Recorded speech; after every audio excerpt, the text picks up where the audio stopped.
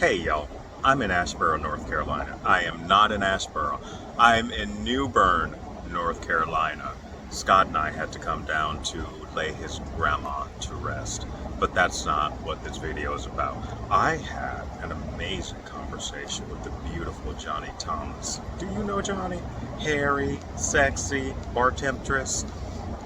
We talked race in America, and I want you to drink this conversation up. Race Kiki with Jonathan Lee, as I welcome the stunning Johnny Thomas. Remember, we can't fix a problem we're afraid to talk about, so let's talk about racism, all right?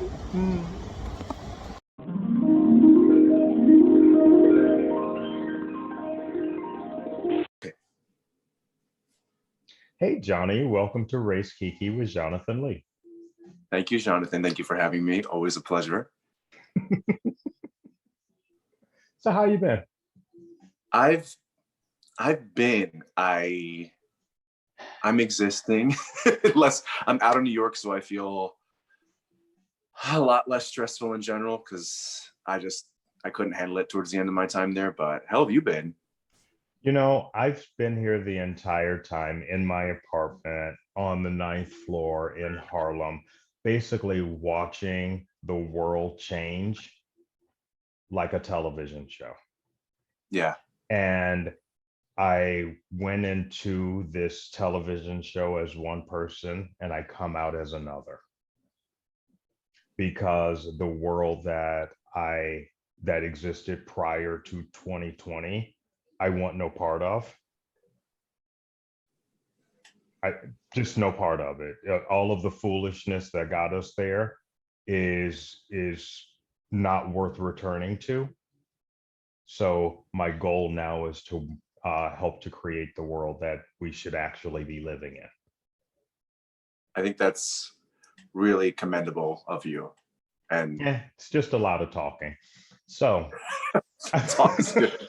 It's a lot of talking. So I brought you here to ask you a question. Okay. One of the things that I was witnessing in this television show of 2020 is while the world was on fire and the pandemic was sweeping and people were dying, the underlying thing that I continued to see was the constant thing that I'd seen my entire life was this insidious disease of racism in America, which led me to a question. When did you learn about race? That is a question. Oof. I don't even know if I could answer it in just one facet of answer. When did I learn about race? Yeah.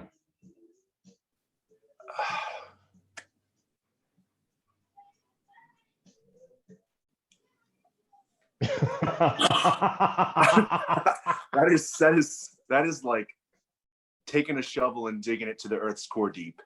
That is a loaded question. I know. I have so many different ways that I want to answer it that might even be conflicting with each other, because when I think of race now, I'm trying to think of how I used to think about it or how I learned about it.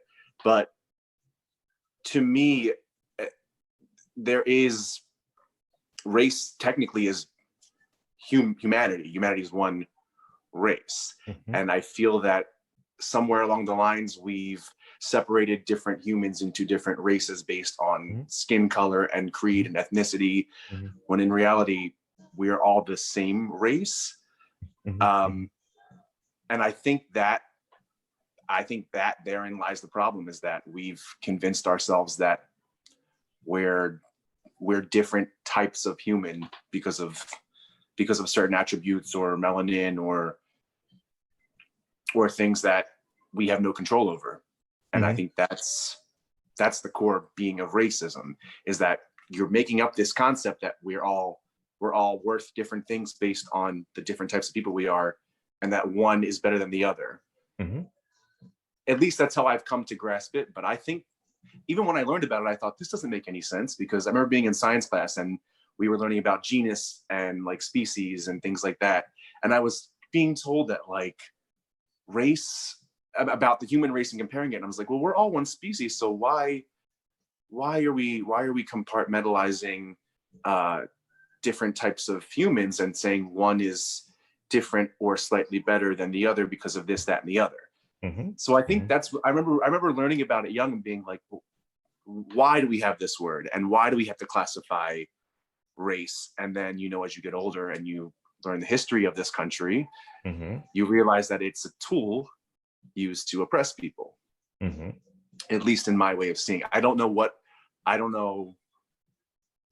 Actually, let me ask you, as a Black person, I've never actually asked a Black person this. When did you learn about race, and how do you classify it or see it? Oh, that's a real cute story. I've told this story a lot, actually. I grew up in Natchez, Mississippi, and this had to have been the early 70s, the middle 70s, actually. No, late 70s. Anyway, somewhere in the 70s. And I was in the third grade, and a teacher of mine decided to take her classroom filled with Black students to a working plantation in Natchez, Mississippi. And when we got there, it was our teacher was white. All of our students were Black. When we got to the plantation, we were greeted by a white woman in all of the Southern regalia that you would expect to see: hoop skirt, wig, the whole fiddle-dee-dee, the whole, oh, I do declare, all of that. That's what we were greeted with, but we were not allowed inside the house. The teacher then says, well, let me take y'all around to where your people are. She then walked us around to the back of the house, through the fields and such, back to the slave quarters. And there were Black people there dressed as slaves, recreating this romanticized version of the plantation South for the tourists that were coming to Natchez, Mississippi. This white teacher then looks at these students, these classroom filled with bright-eyed Black children, and said, see, your people were here and they were happy. Oh no. So that's when I learned about race. Wow. And not only that, I learned my place and I learned my purpose through those white eyes, through the white eyes of my teacher, and reinforced through the white woman at that plantation, and reinforced through the education system that I was being taught through. Well, shit. Didn't that just blow your mind? Yeah. It's also mind blowing. Not even just culturally, regionally, for me, as someone who grew up in the Northeast. Like we are blissfully unaware of the next level racism happening in the South, because we never experience it on that blatant magnitude. Like if you were to try that, if a teacher were even to suggest that in the North, even when I was growing up, it would still be like cringy. But the fact that that happened in the South, like as if that's just something you do. Well, no, up until that's still something that would happen actively as of 2017 or so. Wow. Yeah, that's a concept for me, even regionally. In this, just shows me how divided this country is regionally. Even though there's plenty of racism up here, we would never even. That's like a level that we wouldn't even think about, to go to a plantation and take Black children and go, this is where you came from, and people were so happy doing this. Like, as a Northerner, that's like, really, that shit happened 10, 20 years ago. So we're, I guess, blissfully unaware of the education system doing that to young children. Yeah, that's part and parcel to what we are indoctrinated into. But depending on where you're educated, you are taught different versions of the same history, but none of them are actually correct. Right. None of them are complete. I won't say they're incorrect. I'll just say they're incomplete. I don't know if you saw this Facebook status I posted. I posted it a while ago, but it was right in the heat of the pandemic and right as Derek Chauvin kneeled on George Floyd. Mm-hmm. I remember I had a memory surge up in me, and it was about the education system. I remember being, and I'm from South Jersey. Like, we had a pretty mixed group of student body ethnically, like probably more than many other school systems around. And still in history class, I remember we had a quiz. I don't know why the fuck we were learning about the KKK and the different versions of it, and why that was more important than learning about Black people and prominent Black figures that actually worked to defeat these people. We had to fucking like go on a quiz, and I had to remember the exact like Harry Pottery wizard ass names that these generals in the KKK had. And if I got it wrong, I lost points on my educational record in the American education system because I couldn't remember what the fucking grand lizard bullshit these assholes were called.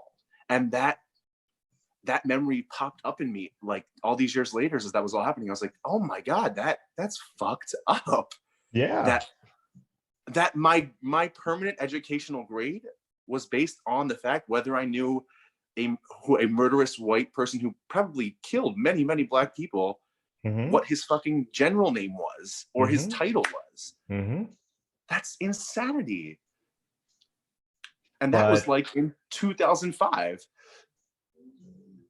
Isn't that weird?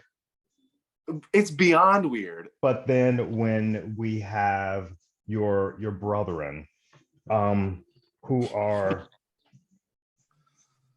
blissfully unaware of any racial experiences in America because they've never seen it. But the reason why they've never seen it is because their entire circle of influence is all white. Right. And the brethren in which I'm speaking is your white gay brothers. Which honestly do more damage than some of the straight white people I know. Yes, absolutely. That is absolutely a true statement. As much as I try to understand and stand with, it's really hard to stand with when you guys are standing on. Right. It's really hard to stand with you when you're standing on us. Right. Literally and figuratively. Literally and figuratively. And it's real great for you to want to be in bed with us. But if you can't lay down, if you can't stand with me, don't lay with me. Right. Don't do me harm. And what's up with that? What do you think's behind that mindset? It's I can guess. I don't particularly have a lot of friends like that, just because that type of gay in general is someone I don't feel comfortable being around. Like the preppy suburban white muscle gays who hang out together and you know, they think the shit don't stink, but in reality they're honestly uglier than sin. If we're gonna break it down. Well, it's not even that physically they're all lovely. For instance, I'm going to bring up, and not to cut on your story, because this drove me fucking crazy when Miss Bachelor, Sissy, Miss Colton, whatever her name is. Yeah. I don't want to diminish anybody in the trans experience. I'm not using she as a bad term. The gay it's she. Just I'm just like Colton or whatever her name is. Yeah. After stalking women, after climbing up walls, after having restraining orders, after this, we're supposed to applaud you and then give you a Netflix show with this other Gus Kentworthy money. Ooh, look, I'm gay, but you're cookie cutter white Christian gay, but yet you're trying to drag Lil Nas X to hell because he's not the kind of gay you want to see. Right. Right. I think if I could try to answer it for them mentally, because I still don't understand how that mentally operates. I think that there's something about them.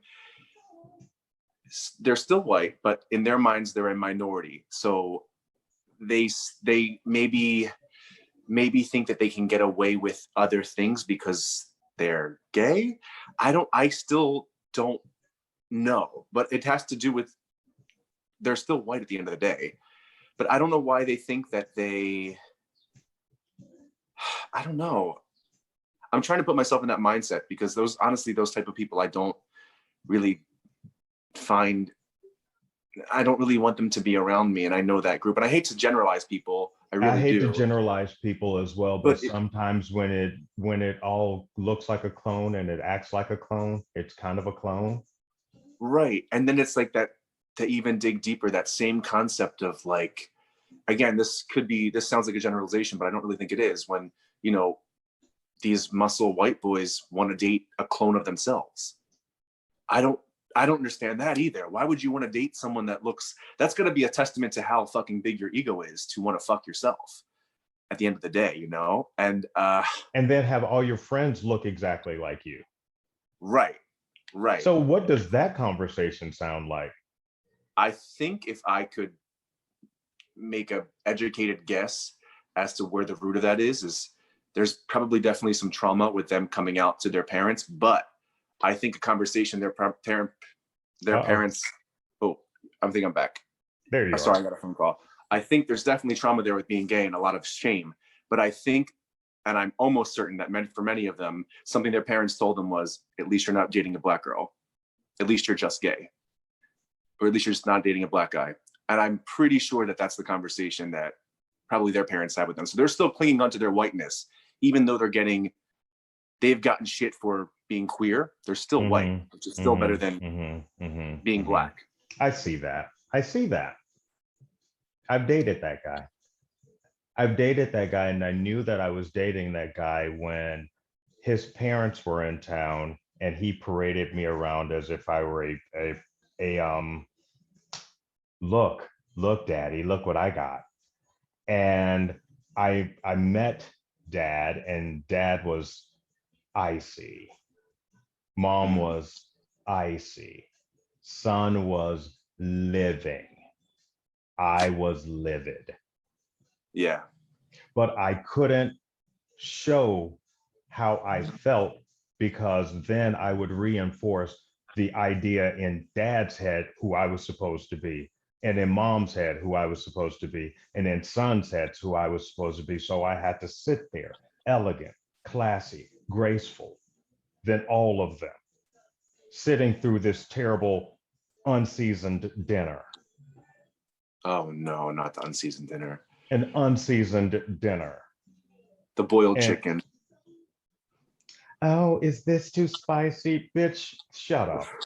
Anyway, and I had to sit in the car as he's driving us back, driving me back to my apartment.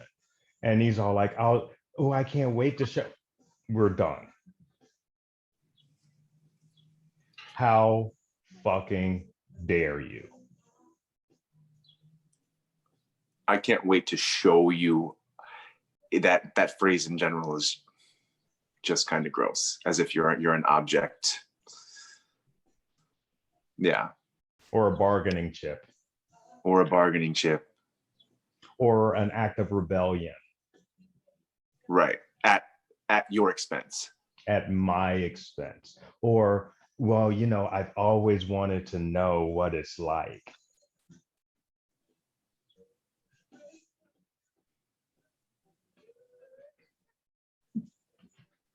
Yeah, it's fucked up.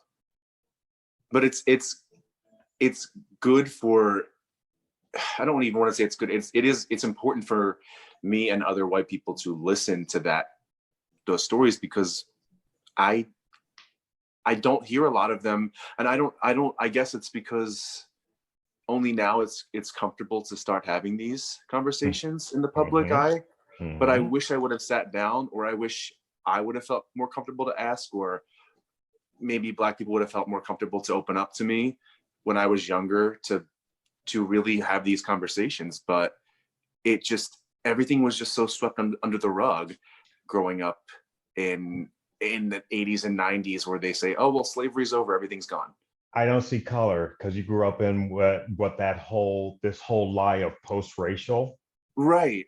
and that's a lie. And post-racial is just I don't see color with some lipstick on it, because I don't see color. What you're telling me, if you tell me that I don't see color, what you're in fact telling me is you're exactly erasing everything about who I am. What Right. you're telling me is I don't see you're Black. I don't see the history of your family. I don't see your struggle. I don't recognize the complexities the complexities of the intersectionality of you walking around in this skin. That's what I don't see color tells me. And the other one, I don't, if anyone has ever told you I don't have a racist bone in my body, that's usually either followed by or finishing up the most racist shit you've ever heard. Oh, 1,000%. 1,000%. That's exactly And the lead statement for that. the last one, the one that I hate the most, and the one that I get a lot from white queer men, Mm-hmm. is who played the devil's advocate. I can assure you that the devil does not need your shitty ass skills. I don't give a damn what you do. The devil doesn't need your skills for that. The devil doesn't need you to advocate for him or her. What you're doing is justifying some asshole bullshit that's about to come out of your mouth. Right. Now, if you have a question, don't phrase it in a way to try to discredit what it is that I've told you. But if you want clarification, feel free to ask, but don't do it under the guise of the devil's advocate, because he doesn't need you. One of the other ones that really makes me cringe, which is similar to the first one you said, is it's very in the same camp as I don't see color, when white people say, I don't care if you're Black, brown, yellow, purple, green. What the With fuck polka does that dots, mean? I was like, have you ever met a green person? No. Right. Well, shut the fuck up. You sound stupid. Exactly. It's the And stupidest thing. what you're doing is seeing that particular perspective through white eyes. Right. What you're not doing is using empathy to put yourself in my set of shoes, or that particular person's set of shoes, and looking at all of the intersectionality that goes through their particular lens. And if you're not able to do that, you ask follow-up questions. Right. And you say, I think I couldn't imagine that happening to me. Well, that person will say, well, of course it wouldn't happen to you because you're white. And then they'll say, oh, well, it's not just that. No, actually, it is just that. in totality, just simply that. It boils down to exactly that. If anybody says that, if anybody pulls the race card, that's exactly what it is. Because if you try very hard, you don't have to. Everything boils down to exactly that. We as a nation have been indoctrinated into a system of white supremacy. We all have our roles in this particular game, and we all have our set of instructions that we've been taught while existing in this world. It's been reinforced by the things that we watch. It's being reinforced by the news that we see. It's being reinforced by the people we interact with. And those people have been particularly designed to be part of a community. And that community has been fashioned by the people who deem you necessary to live in said community. It's all by design. Yeah. And it's a lot of it's subliminal. And that's the hardest thing for white people to grasp. Even for myself, it was really hard for me to grasp because I didn't feel that I grew up in an overtly racist setting. But then I look back and go, oh, the whispers and the jokes that really aren't funny, they may have done more damage than someone outwardly saying the N-word or someone outwardly taking a child to a plantation. Like, I think that those tiny microaggressions and micro misinformation may be even more harmful because they're so normalized.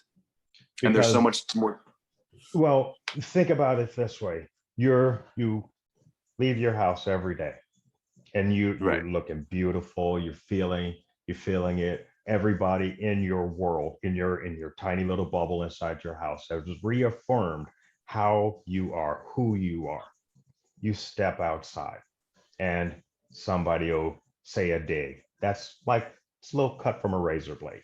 It doesn't really hurt, but you're like, and it goes on and on and on. Oh, look, he's fat. Oh, look, he's so fucking hairy. Oh, look, he's a douchebag. Oh, look, he's that. Oh, look, he's that. But then you walk into work and let's say you're like in the office. You walk into work and your boss goes in on you and you're like, oh, fuck, that was a lot. That was a larger slash.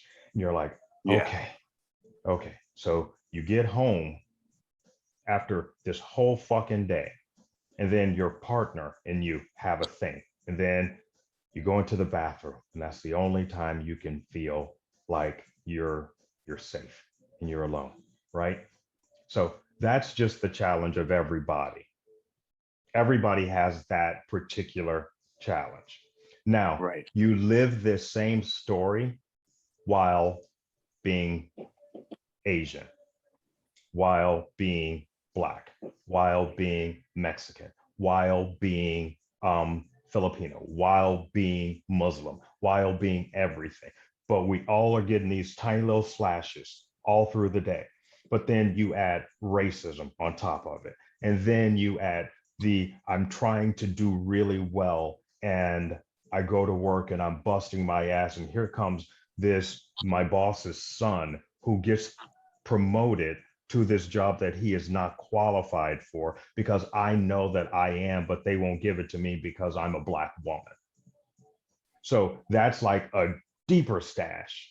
You have all these other slashes and you're walking through the world and they're, oh, look at this Black bitch. And you're like, oh, and then some Karen is screaming at you and you're like, okay, but you have to keep your face. You have to keep this dignity. You have to be elegant because the minute you open your mouth, Karen, no matter what's going on in Karen's life, Karen can have you killed.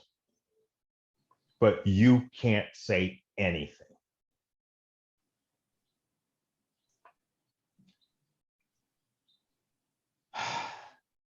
Yeah. You know can you imagine how that feels? I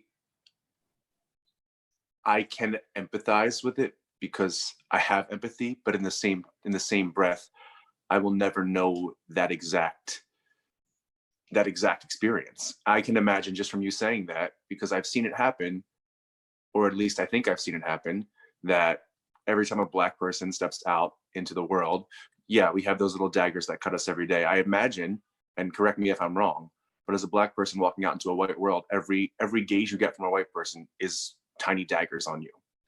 And I feel that just never seems to stop. It used to be. But then I realized that those people have more going on in their house than me. If you have that much hate and vitriol for someone you don't know, that says more about you than it does about me. Right. If you can legitimately feel as if you're better than another human person, if you believe by any imagination that you're better because of opportunities that you've received in your life. I don't care how fucking hard you've worked for them. Because of opportunities you've received in your life, you feel like you're better. I want nothing to do with you. And Yeah. you feel whatever you want to about me, but don't block my blessings. Don't do me harm because I won't do you harm. You're not my problem. Right. But if we're ever in the same circle of influence and you say something out of the side of your neck, trust me, I will correct you. And I will do it unapologetically. And I will do it having absolutely no concern for your feelings because you had no concern for mine.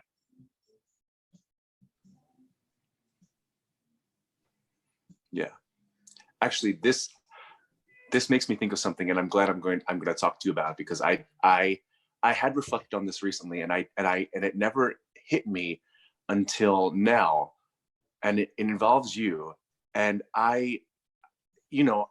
we can talk about next, because this will be a good segue as to racism versus prejudice and how white people can't seem to grasp the difference. Because that's a really important conversation. I think that's a good segue into the story, but I don't know if you remember this, but we were at, and this is just a self-reflection of mine, which I didn't realize, and I don't think there was no ill intent coming from me. I am kind of a joker, and I try to make everything silly, but I look back and go, maybe this wasn't silly. Maybe this was out of like my uncomfortability or just some inherent racism that I never really thought was that big of a deal. But now I look back and I think maybe it was kind of a big deal. When you, me, and Kareem were in pieces, we took a picture and I captioned it on Instagram, and I said, 3 black ladies. And you said, Johnny, that's a little wrong, but I'm gonna let it go because I like you. And I didn't think anything of it. And then I like recently must have been scrolling back through my Instagram, and I looked at the caption. I was like, why would I write that? Why did I do that? Especially when Jonathan said, hey, that's a little And even though you said, I'm going to let it slide, you shouldn't have. And you should have told me right there and then and there, hey, please don't make that the caption. And Kareem should have told me right then and there, please don't make that the caption. I would like to think that I would have been receptive enough to listen to something that 2 of my friends would have said to me. But I'm mad at myself that I didn't even make y'all feel comfortable enough to sit there and say, hey, this is a little more serious than I let it off to be. And why would you do that? I couldn't even tell you why I did that. You know what's really interesting about that?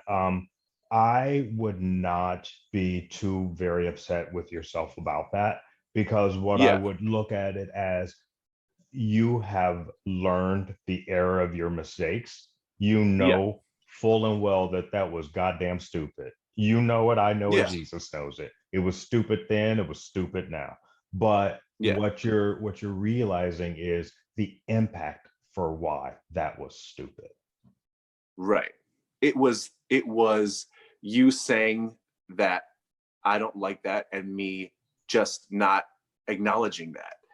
And I couldn't even for the life of God tell you why I thought that would be cute or funny. Maybe to make myself feel more comfortable, or to make myself feel included in the Black experience, which is not my experience to have. But I'm sure that's what I was going for. But in the same token, I should have, and that's like a different issue. But what bothers me the most is that I didn't listen to my friend who happened to be Black. And even though you tried to play it off, me playing it off, you still for a brief second said, I don't like this. And it wasn't super aggressive or anything. You just said, hey, I'm gonna let this slide, but this isn't okay. And it's a caption on an Instagram post from 5 years ago, but I thought of it recently and I was like, that is fucked up. It is fucked up. It's under that same guise as a couple of years back. I had lots of my white queer friends saying, I'm a Black girl too. I have a Black woman inside of me. You remember all of this shit. Oh, I remember all of that. Yeah. And taking on the affectations of Black womanness and trivializing the plight of a Black woman. And that was always that used to be a running theme, and sometimes currently still is a running theme of comedy for white queers. And it is the most horrible thing to do to a group of the most underserved, strong, beautiful creatures put God has ever created. And when I have people in my life who have said things like that, and we have none of them say it anymore. Thank the Right. sweet baby Jesus. But we've talked a lot about it since the quarantines that yeah, quarantines. That's what we call 2020, the quarantines. We Make it rest, by the way. yeah, but the quarantines is my line. Like anything that happened prior to the quarantines, I I will allow you your blissful ignorance. But if you're still doing this foolishness post quarantines, Right. you're showing me who you are. You're choosing Right. ignorance. You're choosing to continue your racism. You're choosing to continue your misogyny. You're choosing to continue your xenophobia. You're choosing to continue all of these things. And what you're doing is choosing to show me exactly who you are. And I say, fuck off. Yeah. Yeah. I know that what I would really hope is we all take the time to sit in inside of uncomfortable conversations and ask a question. They might be stupid, and preface it with it might be stupid, but don't ask me some stupid ass shit like I've had people in my life prior that have asked me, and I quote, if you get cut, is your blood red? What? Like adults? Yeah. Oh wow. Fully functioning, walking around, corporate working adults, college educated adults who had, I'm all like, are you fucking serious? He's all like, I grew up in Rhode Island. I've never met a black person before. And I said to him, I was like, I have more melanin in my skin. I'm not an alien. You sound like an Right. idiot. This date is over. Right. Right. Right. Oh my God. Yeah. Well, I mean, it is one thing that I'm trying to stress, at least without, also without the risk of being accused of being performative, because I don't want anyone to ever feel like what I believe in is an act. And I know it's tough to navigate that for a lot of white people. And I know that they're very scared to continue because, they do feel they don't want to overstep the boundaries. Mhm. But that's a whole different conversation. But what I would like white people to understand is that when we talk about racism, like you said, it's a system. In my personal belief, and I don't know how you feel about it, but I do believe that every white person is racist. But I believe that because we are a part of a system, that by definition makes you a racist. And I don't want white people to confuse racism with being outwardly hateful or prejudiced. Just because you don't go around saying the N-word or calling the police on Black people doesn't mean that you are not racist. It just means that you're not doing outwardly hateful things. Mm-hmm. And I think that we need to educate people on the definition of that. Because I think when a white person hears racist or racism, they feel immediately attacked. And they say, well, I would never do that. How could you accuse me of doing that?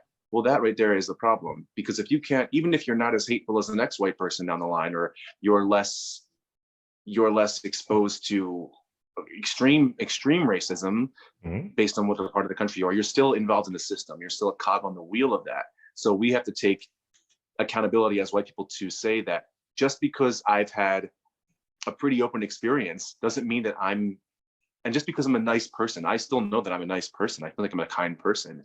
Doesn't mean I'm immune to racism. Mhm. Racism is something that I was brought up by just by having the color of the skin. So there's a I want to give you a counter to that. Not necessarily a okay, counter, but a different perspective. What I believe is we as Americans have been indoctrinated into white supremacy. right, Now, there are many different levels of through everything about this country is based on white supremacy. right, Within that white supremacy, you can actively choose racism. You right, can accidentally choose racism, right, and you can ignorantly choose racism. right, Now, an accidental racist is a person who, through no fault of their own, and I mean that exactly, has digested all of the indoctrination. They believe absolutely everything about this country.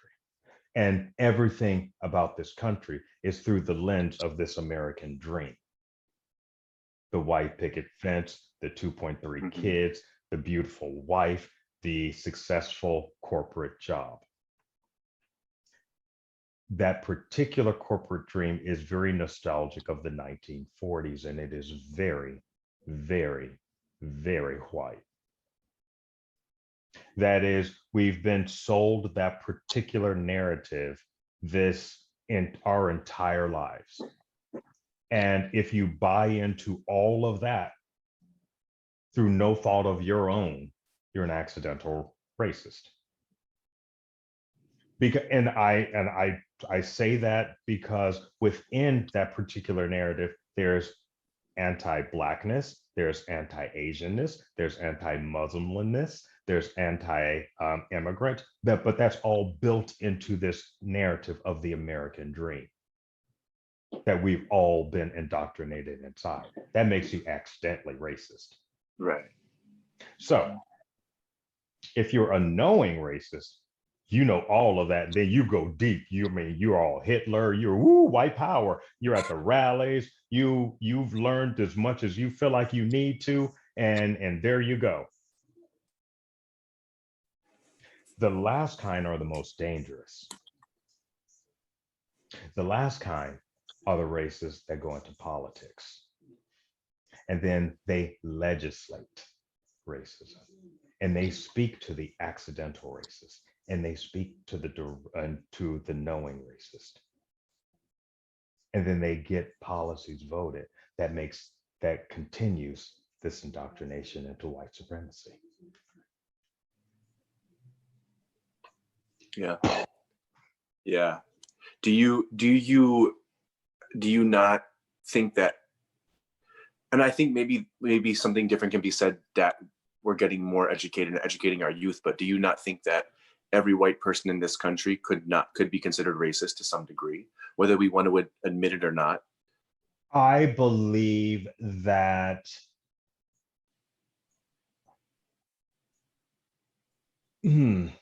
I actually believe that every white person benefits from the white supremacy that this country is set up around. Do you think that's not racism, or do you think that maybe that's a term that white people confuse with being hateful, when in fact it's just the reality of who they Correct. are being? And I think Correct. that's a problem I often face, trying to educate, when people come back to me and saying, how could you fucking call me racist or even think I'm racist? You're missing the definition of what it is. It is that you're a product of this white supremacy that someone made up centuries ago. It's actual fucking rubbish. It means it came out of fucking nowhere. If you look at humanity, it makes no sense. But they decided it to be true, and now everyone believes it. That's what I'm saying. When someone is racist, you're just a part of this. You're a part of the white supremacy. And I don't know how to convince white people that you looking into your own experiences and trying to learn to change them is not a direct attack on your morality. It's not a direct attack on your soul. Oh, it's super, super easy. Yeah. Like right just there. I said, I did something have, stupid years ago, and you said you did. yeah, you did It's something over. stupid. Yeah. Yeah. So when I'm in conversations like this, I always ask somebody, I learned this many documentaries ago, but if I asked you to tell me what a drug dealer looked like, paint me a picture of a drug dealer. I mean, in this day and age, I would say someone in a fucking business suit. But I mean, but we've been told that. Yeah. If I tell you, paint me a picture of a drug dealer, they'll say, well, he's probably about, one of the first things they'll say is black or brown. Yeah. If you were to ask me this question when I was growing up, based on what I was told, and it will take me, and that's why I say, white people are racist. It's going to take me forever to get this out of my head, and I don't even really believe it. It's just something that was force fed me. If you were to ask me this growing up, and I would, and which is even weirder fucking to me, because my best friend growing up was a little black boy for years, and I still thought this way, and it was because it was force fed. If you were to ask me this question during those years when I was growing up, I would say, oh, probably a black person in baggy clothing, in the hood. That is what white people paint the image of a drug dealer, a person of color in baggy clothing.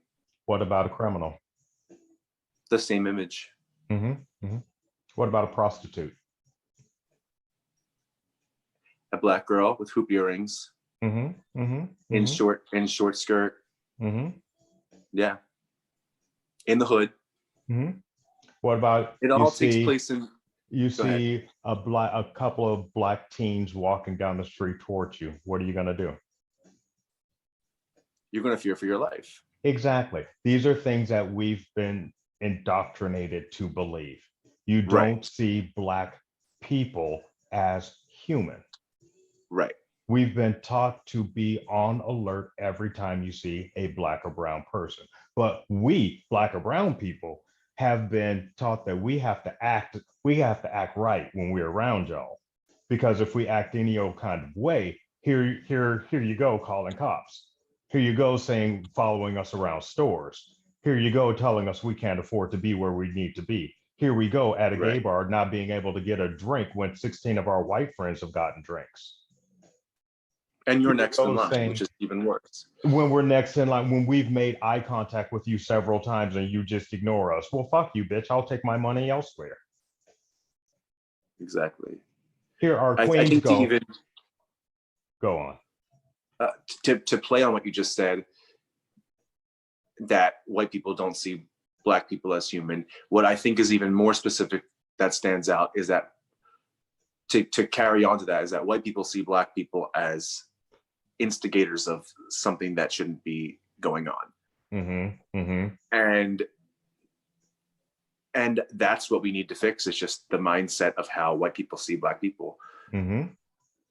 But the reason why white people still see black people that way is, generally speaking, your circle of influence almost always features people who look like you. Almost always. Almost always. And I do feel lucky that I don't always fit into that category, because I personally don't, not to generalize again, I personally don't like to hang out with fellow white gay people, because I don't feel that I'm learning anything new.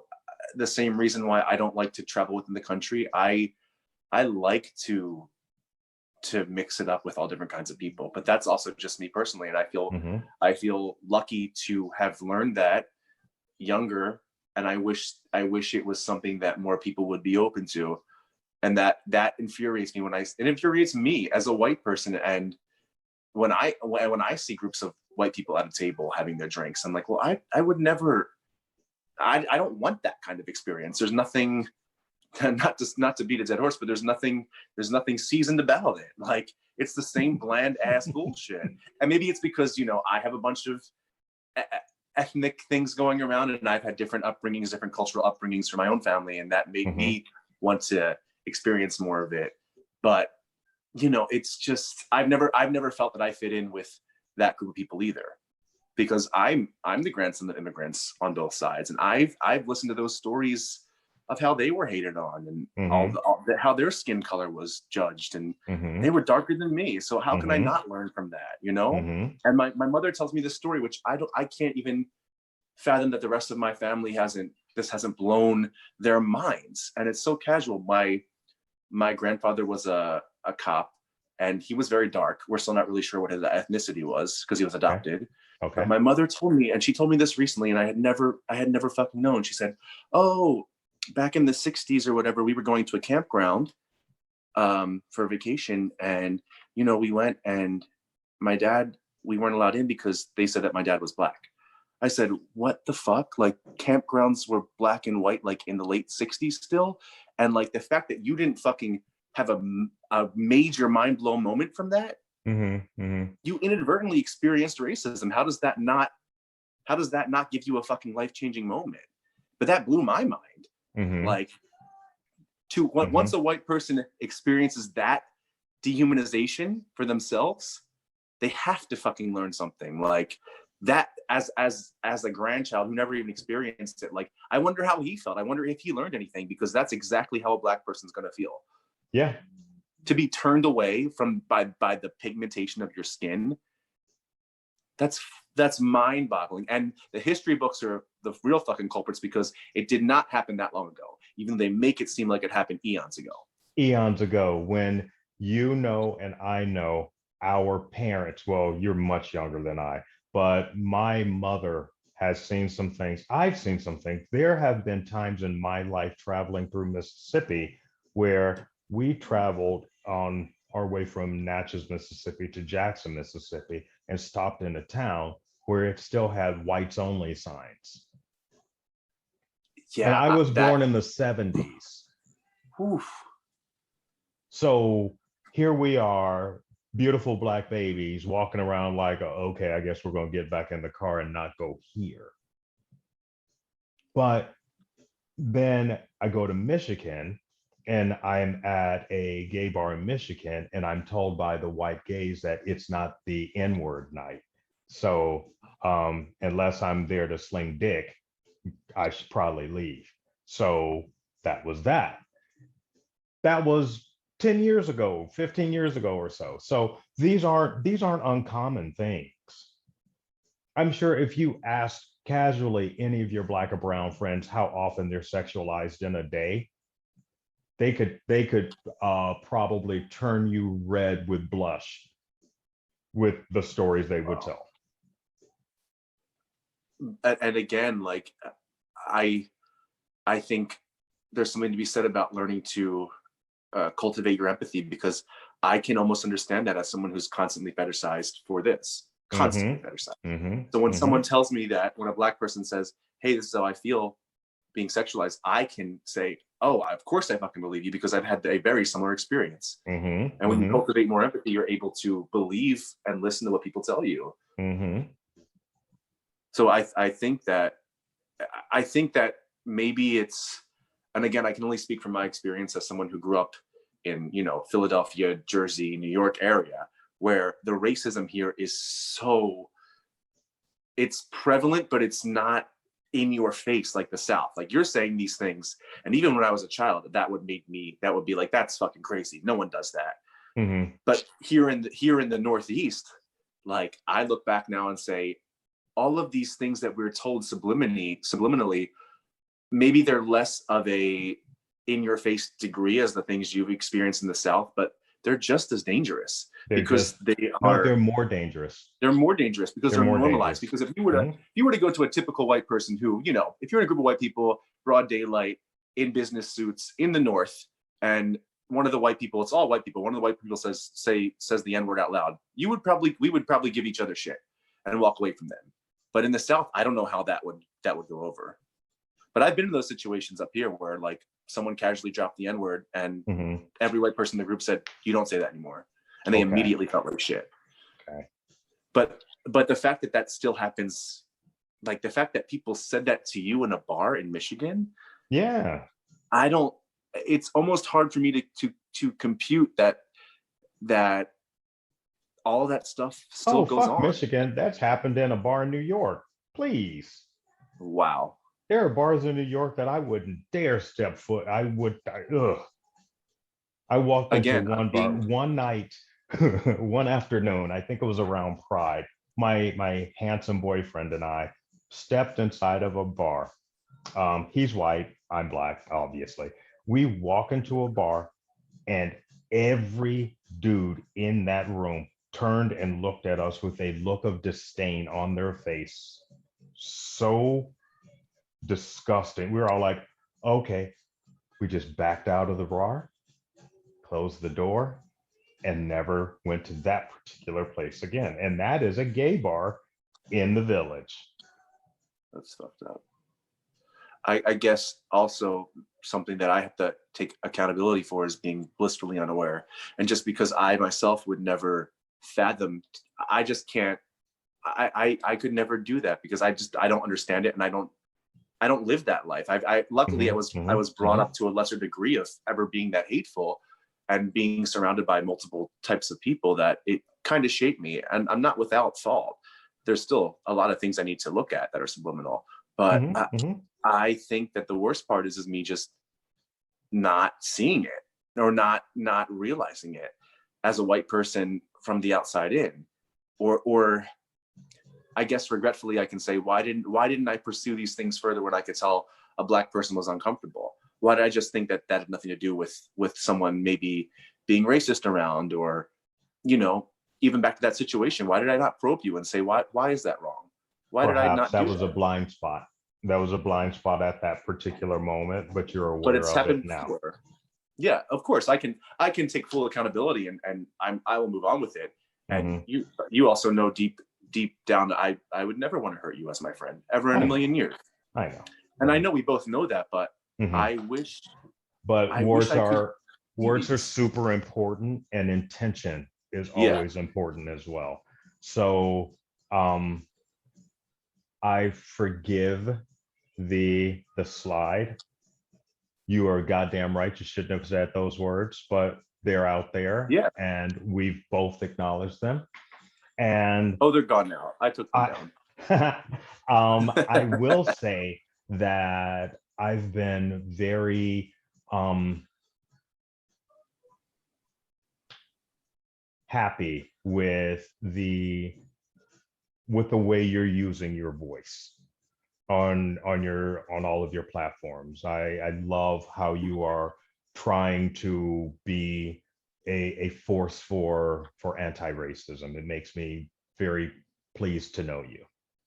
I appreciate that. And I also want to make it clear, and I want to make clear to other white people that, like, it's not our job to be the white savior. I don't ever want to be perceived that way, because I truly don't feel that way. So sometimes when I want to do something anti-racist, I have to stop and I go, am I going to offend Black people by constantly pushing for something I believe in? Are they going to be like, this fucking white boy again trying to be our savior? I don't ever want to be that.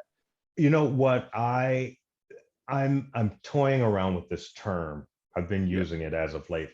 I've grown weary of allies because I don't need them. Allies can stand on the side and watch. Right. Allies can choose when they can use their voice.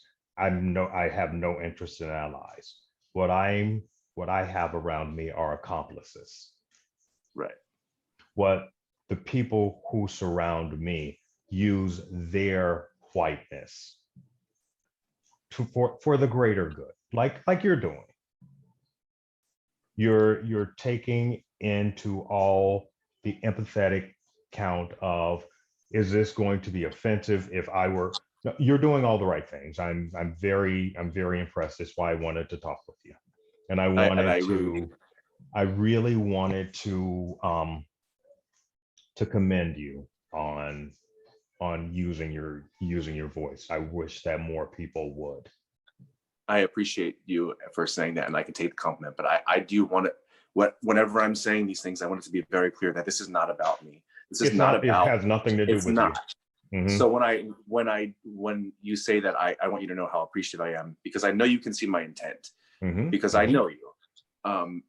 And I adore you, and I know that you're going to fucking keep it real with me. You always have. Mm-hmm. So mm-hmm. I can appreciate what you're saying, but I also want to make it clear, not just to Black people when they see me share things or post things, but also to white people, that like it's never about us. In order to smash this, white people have to be the vessel for Black voices, Mm-hmm. to break the mold. But at the end of the day, it's about the Black voices. It's about the Black voices. It's about not only is it about the Black voices, it's about BIPOC voices, Black, Indigenous, people of color. Right. We are all better as together. Now, granted, we all have different levels of struggle. Yeah. And I don't want to diminish anyone's struggle. So in my universe, I include everyone.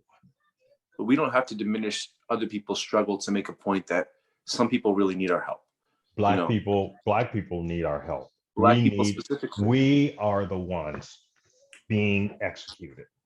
We are the ones being killed on the street and having it justified away. This young girl, what is her name? Ma'Khia Bryant. Yeah. I've seen the video. Yeah, I've seen it. I've seen the video several times. I also know that young girl called the police to help her de-escalate the girls who were beating her up. Yeah.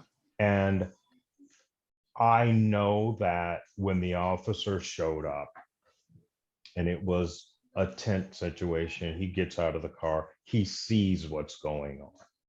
This young girl had a knife. This officer has on his person, a gun, a taser, pepper spray, a baton, himself. Why did he get out of the car, gun out?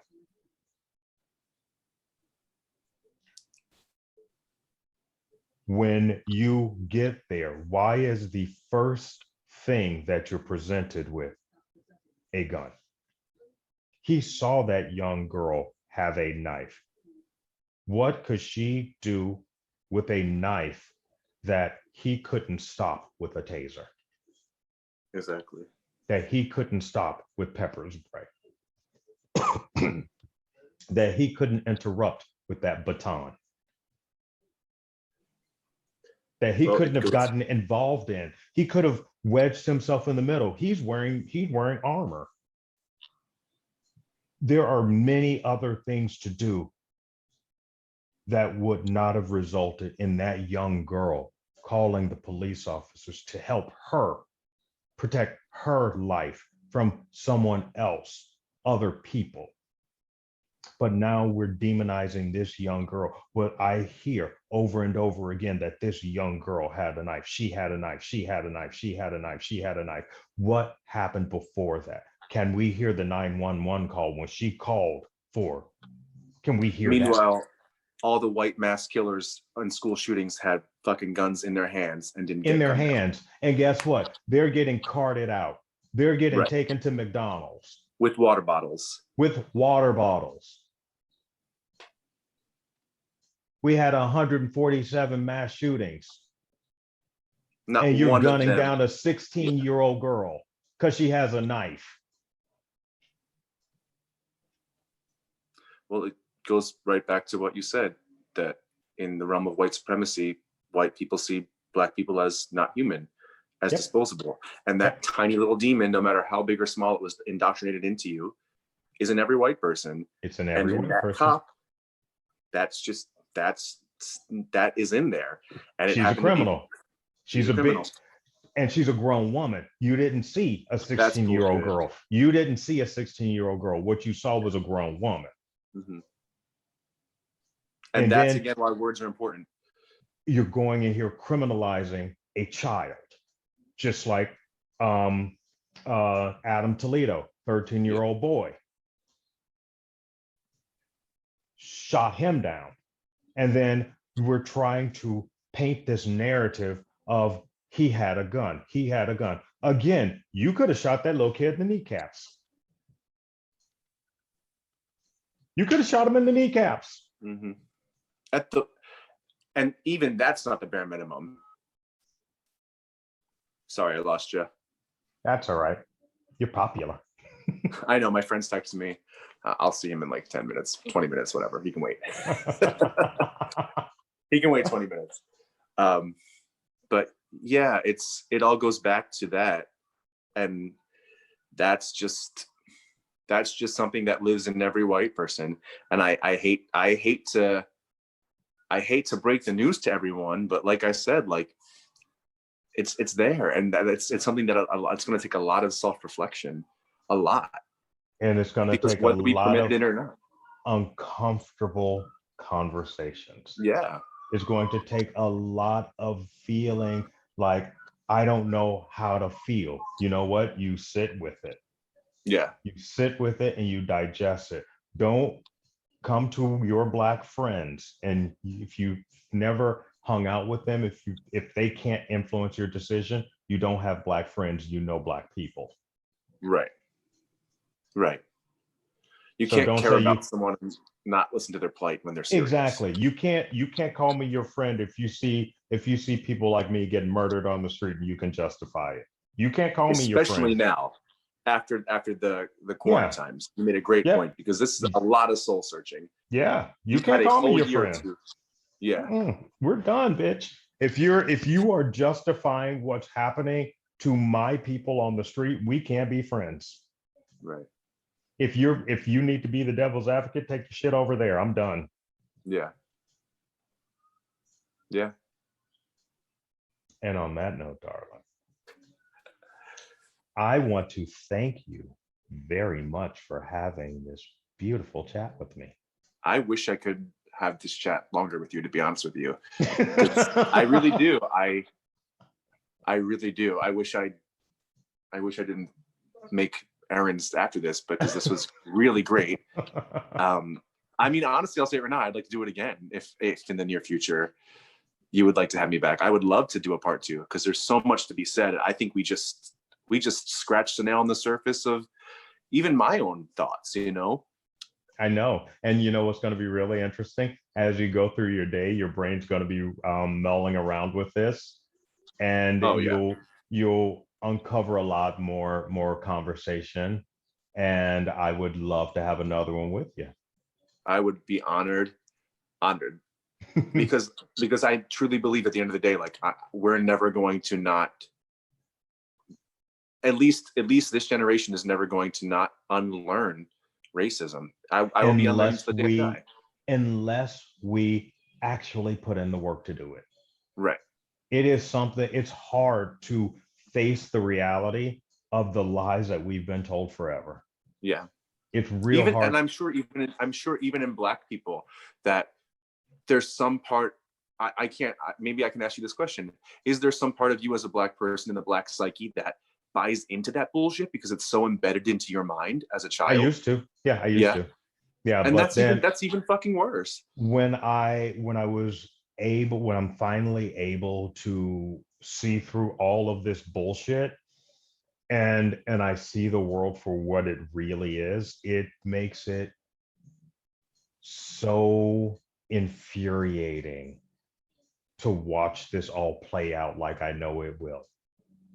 And it makes my tolerance for foolishness like this small. Yeah.